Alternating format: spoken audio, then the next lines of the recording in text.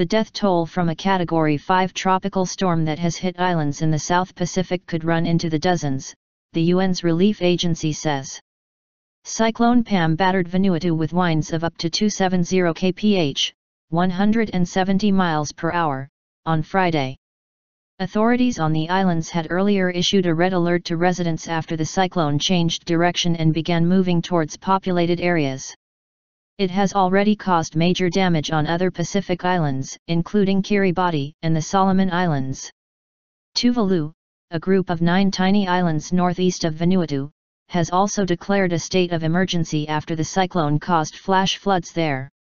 The immediate concern is for a very high death toll but also an enormous amount of destruction and devastation, Sune Gudnitz, regional director for the UNOCHA, told Reuters news agency from nearby Fiji, which is also expecting to be hit by Pam.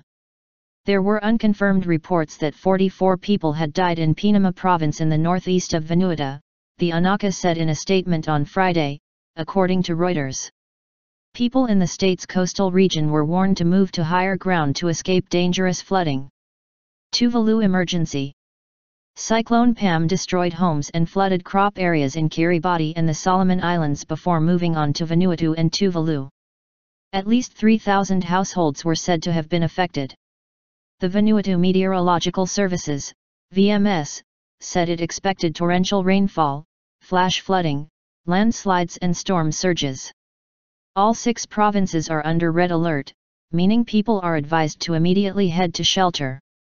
Vanuatu National Disaster Management Office spokesperson Miss Angari Lulu told Radio New Zealand that the government had lost contact with some parts of the northern provinces.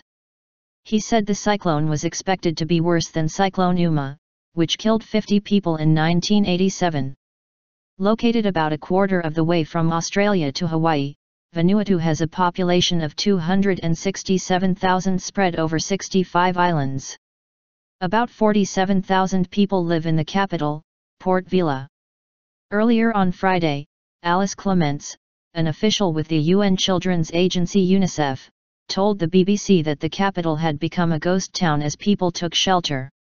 The winds have intensified and the skies have totally clouded over, you can't see the sea or the hills now. Foliage is thrashing around and the wind and rain has been torrential, she said.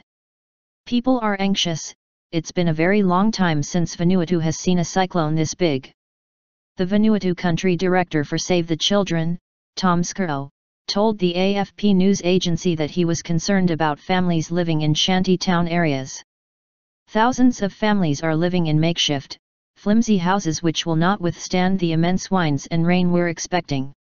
Families need to urgently evacuate to safe buildings or the results could be catastrophic.